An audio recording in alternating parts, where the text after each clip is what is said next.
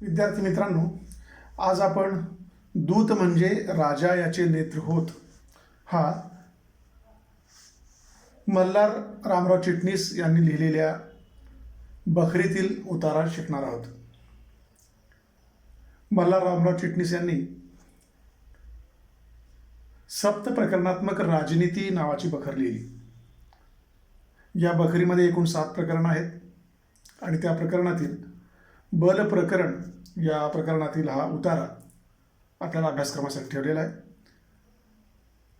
या उतार्याच्या निमित्ताने बखर म्हणजे काय या गद्य वाङ्मय प्रकाराचाही थोडक्यामध्ये विचार आपल्याला करावा लागतो आणि त्यानंतर अभ्यासक्रमास नेमलेल्या या बखर उतार्यातील एकूण जो अभ्यास घटक असेल त्याचा आशय काय, त्याची विशेष काय याचाही विचार आपल्याला करायचा आहे. पहिल्यांदा मी आपल्याला याबद्दलची एक PPT टाकलेली आहे.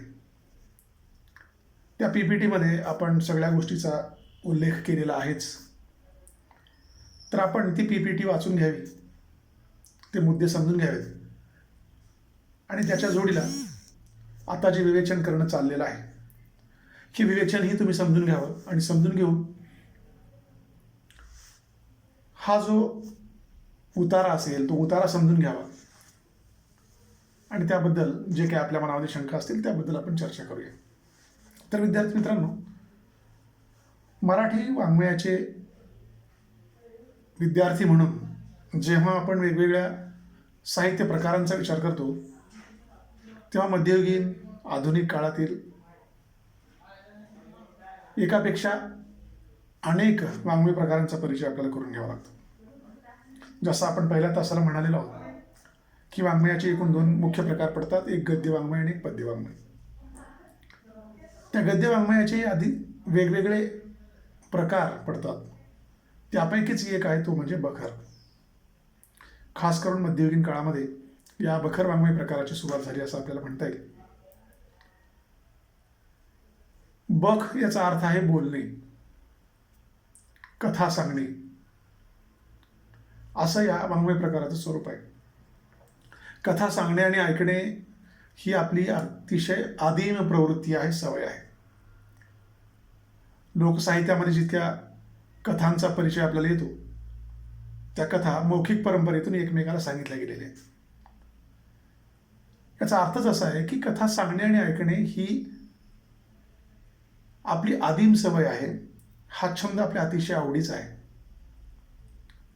आणि मग तोच प्रकार इथे बखरीच्या निमित्ताने आपल्यासमोर यायला लागतो. बखरीमध्ये काय होतं की ऐतिहासिक संदर्भामध्ये ज्या काही घटना घडलेल्या आहेत त्या बहुतेक सत्य घटना असतात. त्या सत्य घटना प्रसंगावरती कल्पनेचा साज चढवून आपल्या भाषिक कौशल्यांचा वापर करून अतिशय सुरसपणाने ती कथा आपल्यापर्यंत पोहोचवली जाते. त्याचा मूळ जो गाभा आहे तो सत्य आहे. ठीक आहे, आता बखरीमधला असलेला सत्यांशाचा भाग हा अत्यल्प असतो, पण ते अगदीच काल्पनिक आहे असं आपल्याला म्हणता येत नाही. सत्यांश अत्यल्प आहे पण त्याच्यावरती मात्र कल्पनेचा साज चढवला जातो. लिहिणारा लेखक तो आपल्या भाषिक कौशल्याचा अतिशय खुबीने वापर करतो आणि ती गोष्ट, ती कथा आपल्यापर्यंत पोहोचवण्याचं काम करतो. म्हणून बखर हे पाहत असताना आपल्याला काय म्हणावं लागतं की बोलणे किंवा कथा सांगणे, कथा ऐकणे या प्रवृत्तीतून या वाङ्मय प्रकाराचा जन्म झालेला आहे. दुसरा मुद्दा विचारात आपल्याला घ्यायचा आहे तो म्हणजे बखर हा वाङ्मय प्रकार मराठीमध्ये रूढ झाला, पण हा वाङ्मय प्रकार मूळ मराठी नाही. उर्दू आणि फारसी या भाषेतून हा प्रकार आपल्याकडे आला.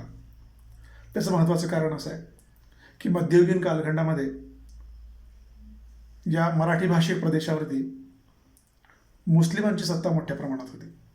मग ते मोगल असतील, मग ते बहामणी असतील, निजाम असतील, म्हणजे कुठल्याही निमित्ताने जर आपण बघितलं तर आपल्याकडे वेगवेगळ्या कालखंडामध्ये ज्या वेगवेगळ्या राजवटी इथं अस्तित्वामध्ये आल्या त्यामध्ये बहुतेक करून मुस्लिम राजवटी मोठ्या प्रमाणात इथं होत्या असं आपल्याला दिसून येईल. आता ह्या मुस्लिम राजवटीच्या निमित्ताने उर्दू आणि फारसी या ज्या परकीय भाषा आहेत, म्हणजे मराठी भाषिक लोकांसाठी या परकीय भाषा आहेत, तर त्या भाषेचा सहवास या मराठी लोकांना लाभत गेला. राजकारभाराची भाषा उर्दू फारसी असल्यामुळे आपोआपच ती स्वीकारणे, तिचा अभ्यास करणे, त्या पद्धतीने राजकारभार करणे हे बंधनकारक असतं सगळ्यांसाठी. आणि मग तिथून या भाषेबद्दलचा मनामध्ये असलेला आदरभाव वाढत गेला, ती भाषा शिकण्याबद्दलची गरज वाढत गेली, त्या भाषेबद्दलची गोडी वाढत गेली आणि त्यातून त्या भाषेमध्ये असलेल्या वेगवेगळ्या साहित्य प्रकारांचा सुद्धा परिचय आपल्याला झाला आणि तिथूनच बखर हा वाङ्मय प्रकार मराठीमध्ये रूढ झालेला आहे असं आपल्याला म्हणता येईल. दुसरं अजून काय दिसतं महत्त्वाचं याच्यामध्ये, तर शिवकालीन व त्यानंतर जेवढे म्हणून मराठ्यांच्या राजकारणामध्ये बदल घडत गेले त्या बदलांचा परिचय या बखरीतून आपल्याला व्हायला लागतो, जेणेकरून मराठ्यांची कारकीर्द पाहत असताना त्यांची राजकारण करण्याची पद्धत काय होती, त्यांची बलस्थानं काय आहेत, त्यांची प्रशासकीय ध्येय धोरणे कशा स्वरूपाची आहेत, किंवा आपल्याला असंही म्हणता येईल की शिवरायांच्या कालखंडामध्ये असलेली प्रशासकीय यंत्रणा कशा पद्धतीनं ते राबवायचे, छत्रपती संभाजी महाराजांच्या कालखंडातील तीच यंत्रणा कशा पद्धतीने काम करायची, किंवा त्या पुढच्या काळामध्ये जे एकापेक्षा अनेक पेशवे या मराठ्यांच्या गादीवरती आलेले आहेत तर त्यांची राजकारणाची पद्धत काय आहे. तर ह्या सगळ्या प्रशासकीय बाबींचा जर आपल्याला अभ्यास करायचा असेल तर निश्चितपणाने या बखरी उपयोगाच्या आहेत. त्याच्यामुळे किमान इतकं तरी होतंच की त्यावेळच्या त्या राजकीय स्थितीचा, परिस्थितीचा थोडक्यामध्ये आपल्याला अंदाज येतो. कारण बखरीमध्ये जे वर्णन आलेलं असेल ते तंतोतंत सगळं अगदी 100% खरं आहे असं आपल्याला म्हणता येत नाही. त्याचं कारण असं आहे की हे बखर हे साहित्य आहे, शास्त्र नव्हे. साहित्य आणि शास्त्र यामध्ये फरक आहे. आणि इतिहास लेखन हे शास्त्र आहे. इतिहास लेखनामध्ये ज्या नोंदी असतील त्या पूर्णच्या पूर्ण तपासून पडताळून पाहून घ्याव्या लागतात आणि त्यामध्ये सत्यता किती आहे याचा पुरेपूर अगदी सकारण त्याचा अभ्यास करावा लागतो. त्यासाठीची पूर्ण दाखले द्यावे लागतात आणि देऊन मग ती घटना, तो प्रसंग आपल्याला सत्य आहे की असत्य आहे हे आपल्याला स्पष्टपणाने सांगता येतं. हे इतिहासामध्ये घडतं, पण साहित्यामध्ये त्याची गरज नाही. साहित्य हे मुळातच कला आहे. कला म्हटल्यानंतर ती सुंदर असावीच लागते. सुंदर आहे म्हटल्यानंतर त्याला सजवलंच पाहिजे. सजवायचं म्हटलं तर तिथं अलंकार आलेच. अलंकार, प्रतिमा, प्रतीकं याचा मोठ्या प्रमाणात वापर केल्याशिवाय भाषेचं सौंदर्य वाढत नाही आणि भाषेचं सौंदर्य वाढल्याशिवाय कलेला सौंदर्य प्राप्त होत नाही. म्हणून बखर हा वाङ्मय प्रकार ऐतिहासिक संदर्भ पुरवणारा जरी असला, त्यामध्ये सत्य घटना प्रसंग हा भाग महत्त्वाचा जरी असला तरी सुद्धा बखरीमधून आलेली सगळीच वर्णने किंवा घटना प्रसंगांच्या नोंदी ह्या 100% खऱ्या आहेत असं आपल्याला म्हणता येत नाही. कारण काय, तर बखर लिहिणारा जो लेखक आहे, बखरकार आहे, तो आपल्या भाषेचा, आपल्या प्रतिभा सामर्थ्याचा, आपल्या कल्पकतेचा पुरेपूर तो वापर करत असतो आणि सत्यांश अत्यल्प असलेलं ते रोपटं त्याचं तो वटवृक्षामध्ये रूपांतर करत असतो. म्हणून बखरीकडे पाहत असताना आपल्याला इतकंच भान ठेवावं लागतं की या सत्य घटनेवर आधारित आहेत हे मात्र 100% आपल्याला मान्य करायचं आहे. पण सगळ्याच काही नोंदी, तिथं आलेले तपशील, तिथं असलेली घटनेची क्रमवारता की कुठल्या क्रमाने घटना घडत गेल्या, तर हा सगळा भाग तंतोतंत 100% खराच असेल असं मात्र आपल्याला म्हणता येत नाही. इतकं एक भान आपल्याला इथे ठेवावं लागतं. तर या दूत म्हणजे राजायाचे नेत्र होत या मल्हार रामराव चिटणीस यांनी लिहिलेल्या सप्तप्रकरणात्मक राजनीती या बखरीमधला हा छोटासा उतारा आपल्याला अभ्यासक्रमासाठी ठेवलेला आहे. तर त्यासाठी आपण बखर म्हणजे काय किंवा एकूण त्याचा इतिहास काय थोडक्यामध्ये, किंवा त्याच्यामध्ये येणारे विषय कोणते, त्याच्या पाठीमागचा हेतू काय, या सगळ्याबद्दल थोडक्यामध्ये आपण चर्चा इथे केली, समजून घेण्याचा प्रयत्न केला. तर परत एकदा आपण त्याची उजळणी करूया. आणि मग या दूत म्हणजे राजा याचे नेत्र होत असं जे म्हटलं गेलेलं आहे, किंवा हा जो उतारा आपल्याला अभ्यासक्रमासाठी ठेवलेला आहे, तर त्या एकूण त्या उतार्यामध्ये जे काही वर्णन आशय आलेला आहे त्यानुसार आपण हा पाठ समजून घेण्याचा प्रयत्न करू. त्यामध्ये आलेला आशय कोणता आहे, त्याच्यामध्ये विशेष कोणते आहेत, हा जो भाग आहे पुढचा तो आपण समजून घेण्याचा प्रयत्न करू. तर थोडक्यामध्ये आपण परत एकदा हा परिचय किंवा त्याला प्रस्तावना म्हणूया आपण.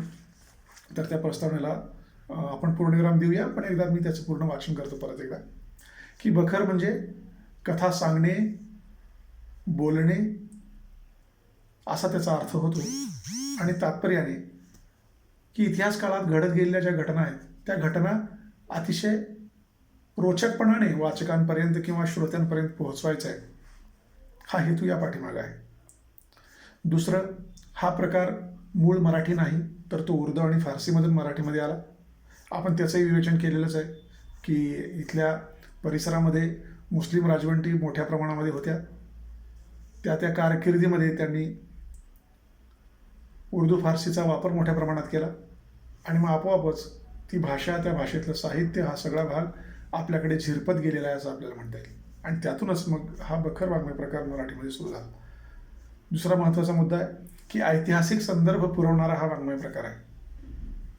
कारण त्यामध्ये इतिहास काळातील घटना, प्रसंग किंवा एखादा करुण प्रसंग असेल, किंवा त्या कारकिर्दीमध्ये नोंद घ्यावी अशी एखादी घटना घडलेली असेल, मग ती धार्मिक स्वरूपाची असेल, सामाजिक स्वरूपाची असेल, आर्थिक स्वरूपाची असेल, नैसर्गिक स्वरूपाची असेल.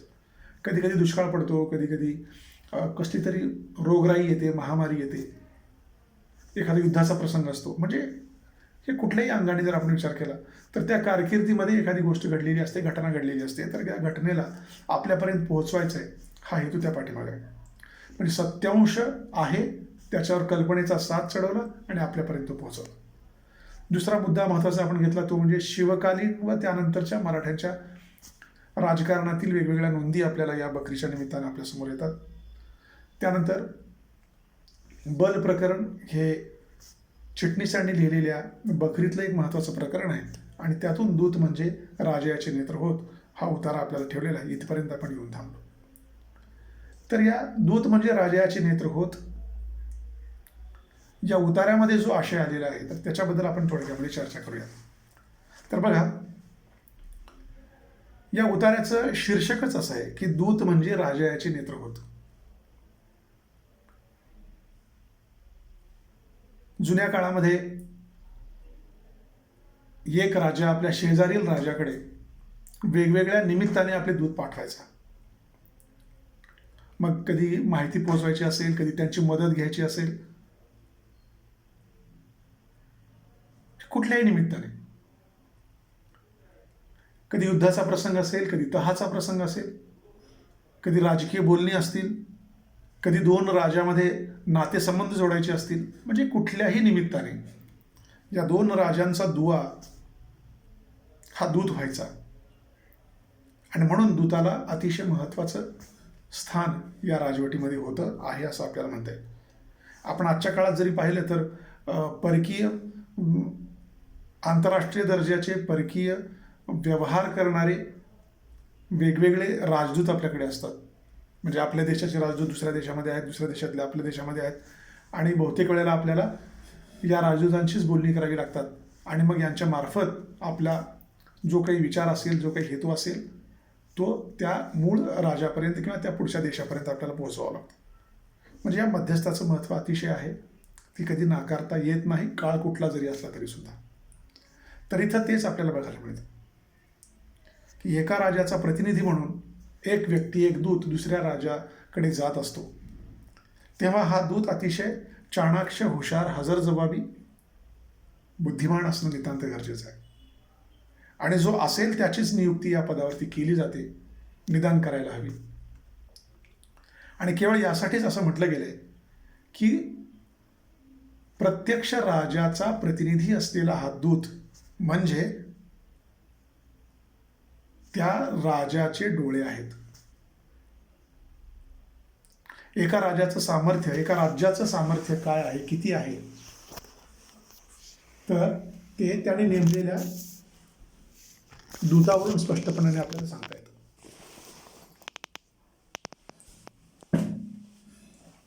आणि म्हणून असं म्हटलं गेलंय की दूत म्हणजे राजाचे नेत्र होत.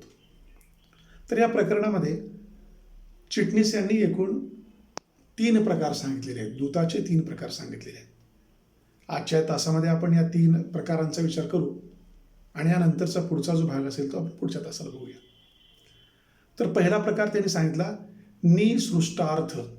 निसृष्टार्थ आपण PPT मध्ये हे सगळं नमूद केलेलं आहे, तुम्ही ते वाचाल तर तुमच्या लक्षामध्ये येईल. निसृष्टार्थ हा पहिला प्रकार, मितार्थ हा दुसरा प्रकार आणि शासनवाहक हा तिसरा प्रकार.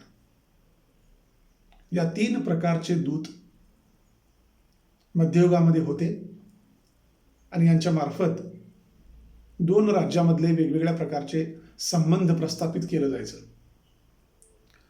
तर या 3 दूतांच्या प्रकारांचा आपण स्पष्टपणाने इथे विचार करूयात. त्याची व्याख्या काय, त्याचं स्वरूप काय, याबद्दल चिटणीस यांनी ज्या नोंदी या उतार्यामध्ये केलेल्या आहेत, तर त्या नोंदीचा, त्या व्याख्येचा, त्या स्वरूपाचा आपण विचार आजच्या तासाला करू. की नंबर 1 निसृष्टार्थ. निसृष्टार्थ म्हणजे काय, तर देश काल याचा योग्य अंदाज घेऊन उचित बोलण्यात पटाईत असलेला दूत म्हणजे निसृष्टार्थ दूत होय.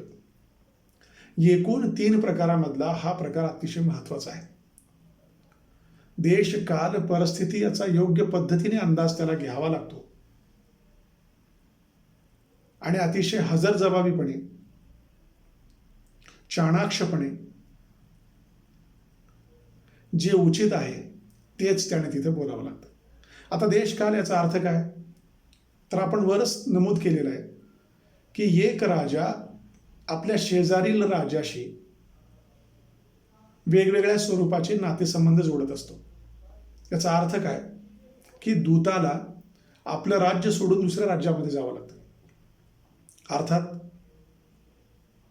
देश बदलला, परिस्थिती बदलली, वातावरण बदललं, या सगळ्या गोष्टी बदलल्या. आपल्या राज्याची परिस्थिती आपल्याला सवयीची असते. कदाचित दुसऱ्या राज्यामध्ये आपण जेव्हा जाऊ तेव्हा तिथली परिस्थिती आपल्याला सोयीची असेलच असं नाही, आपल्या सरावाची असेलच असं नाही. नंबर 2 भाषेचा प्रश्नही येणारच. आपण ज्या राज्यामध्ये जाऊ त्या राज्याची भाषा नेमकी कशा स्वरूपाची आहे, तिथे वापरल्या जाणाऱ्या शब्दांचा अर्थ काय असतो, तिथली वाक्यप्रक्रिया काय आहे, याच्याकडे सुद्धा आपल्याला लक्ष देणं गरजेचं आहे. म्हणजे एकूणच काय, तर देश काल परिस्थिती याकडे अतिशय बारकाईने पाहणं गरजेचं आहे. आणि सगळं पाहत असताना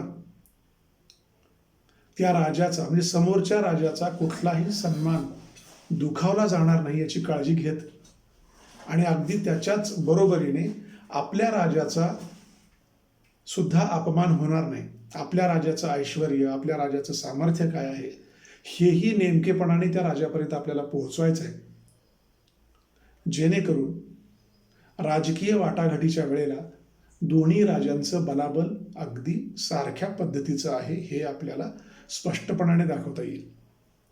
दूताला ते स्पष्टपणाने दाखवावं लागतं की आपला राजा, आपल्या राजाचं सामर्थ्य नेमकं काय आणि कसं आहे हे तो आपल्या बोलण्यातून अतिशय कमी वेळामध्ये, कमीत कमी शब्दामध्ये सांगत असतो. आणि हे करत असताना ज्या राज्यामध्ये तो गेलेला आहे त्या राज्यातली परिस्थिती काय, तिथल्या लोकांची मानसिकता काय, तिथल्या राजाची मानसिकता काय, तर याच्याकडे सुद्धा त्याचं अतिशय बारकाईने लक्ष असतं. अतिशय चौफेर असलेला हा दूताचा प्रकार आहे. त्याला एका वेळेला अनेक कामं करावी लागतात आणि तो अतिशय चौकस असावा लागतो, चौफेर असावा लागतो, निपुण पटाईत असावा लागतो.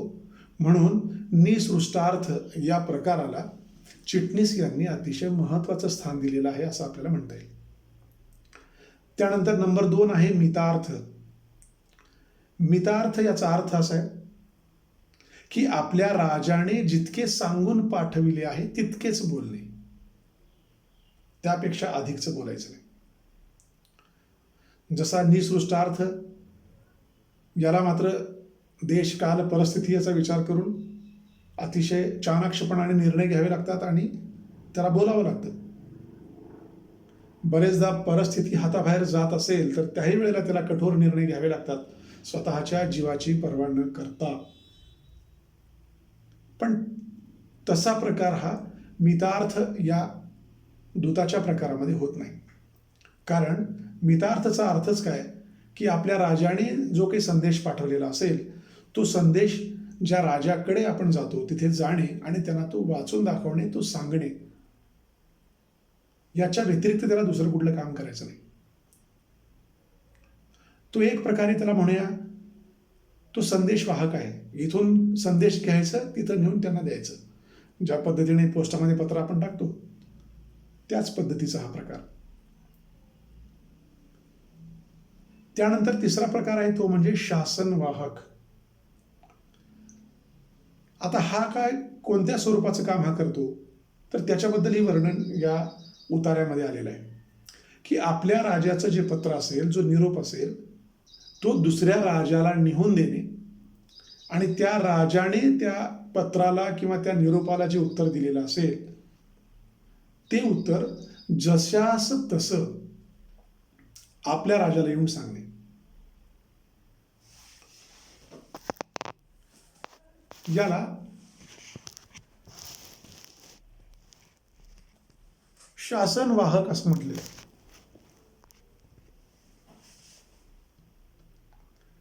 याला दुसरं नाव आपण दिले ते म्हणजे शासनहर. शासनहर किंवा शासनवाहक. एकूण हे महत्वाचे 3 प्रकार सांगितले गेलेले आहेत. एक आहे निसृष्टार्थ, जो अतिशय महत्वाचा प्रकार आहे, ज्यामध्ये देश काल परिस्थिती याचा अंदाज घेऊन अतिशय चाणाक्षपणाने आपल्या राजाची प्रतिष्ठा, मान सन्मान वाढेल आणि त्याचबरोबर समोरच्या राजाचा कुठेही अपमान होणार नाही याच्याकडे लक्ष देऊन या निसृष्टार्थ दूताला काम करावं लागतं. हा अतिशय महत्वाचा प्रकार झाला. दुसरा प्रकार तो आहे मितार्थ. या प्रकारामध्ये काय होतं की आपल्या राजाने जो संदेश पुढच्या राजाला पाठवलेला आहे तो संदेश त्यांच्यापर्यंत पोहोचवणे, याच्या व्यतिरिक्त दुसरं त्याला काही काम करायचं नाही.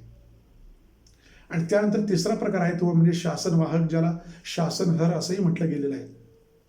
याला मात्र 2 कामं करावी लागतात. एक, आपल्या राजाने पाठवलेलं पत्र, संदेश, निरोप ज्या राजाला आपण ते पाठवलेलं आहे त्या राजापर्यंत घेऊन जायचं, त्या दरबारात जायचं आणि त्यांच्यासमोर ते वाचून दाखवायचं. आणि त्या निरोपाला जे उत्तर त्या राजाकडून मिळेल ते उत्तर जशास तसं आपल्या राजाला परत येऊन सांगणे. असे एकूण दूताचे 3 महत्वाचे प्रकार मल्हार रामराव चिटणीस यांनी सांगितलेले आहेत. आपल्या राजाचं सामर्थ्य, आपल्या राजाचं पराक्रम, आपल्या राजाचं ऐश्वर, ह्या सगळ्या गोष्टी या दूतांच्या मार्फत शेजारील राजांकडे पोहोचवल्या जात होत्या, जायच्या. आणि म्हणून दूतांना अतिशय महत्त्वाचं स्थान होतं. मध्ययुगीन कालखंडामध्ये तर ते अधिकच महत्त्वाचं महत्त्व या सगळ्या दूतांना होतं असं आपल्याला म्हणता येईल. तर विद्यार्थी मित्रांनो, या तासामध्ये आपण बखर म्हणजे काय हे तपासून पाहण्याचा प्रयत्न केला. त्यानंतर त्या बखरीमधला जो उतारा आपल्याला अभ्यासक्रमासाठी ठेवलेला आहे त्या प्रस्तुत पाठामध्ये जे एकूण दूताचे 3 प्रकार सांगितलेले आहेत तर त्या 3 प्रकाराबद्दलही आपण थोडक्यामध्ये इथे चर्चा केलेली आहे. आजच्या तासाला आपण इथंच थांबूया. यानंतरच्या तासाला आपण बाकी पुढचा भाग या पाठाचा आपण घेणार आहोत. तर याबद्दल जी तुमची शंका असेल, PPT तुमच्याकडे पोहोचलेली आहेच, तर ती PPT तुम्ही वाचून बघा, हे विवेचन तुम्ही ऐका आणि तुम्हाला या पाठाबद्दलचं त्याला काय म्हणतो आपण, जी फोटो काढून मी तुम्हाला पाठवलेली आहे, या प्रकरणाची फोटो तुम्हाला पाठवलेली आहे, तर ते प्रकरणही तुम्ही वाचा, म्हणजे मूळ प्रकरण तुम्ही वाचा, त्यावरची PPT तुम्ही वाचा आणि त्यानंतर हा जो व्हिडिओ तुमच्याकडे आता येईल, तर हा व्हिडिओसुद्धा तुम्ही नीटपणाने ऐका, समजून घ्या, स्वतःचे नोट्स तयार करा आणि त्याबद्दल जर काही शंका कुशंका असतील तर निश्चितपणाने आपण पुढच्या तासामध्ये त्याच्याबद्दल चर्चा करणार आहोत. तर सध्या इथे आपण थांबूयात. धन्यवाद.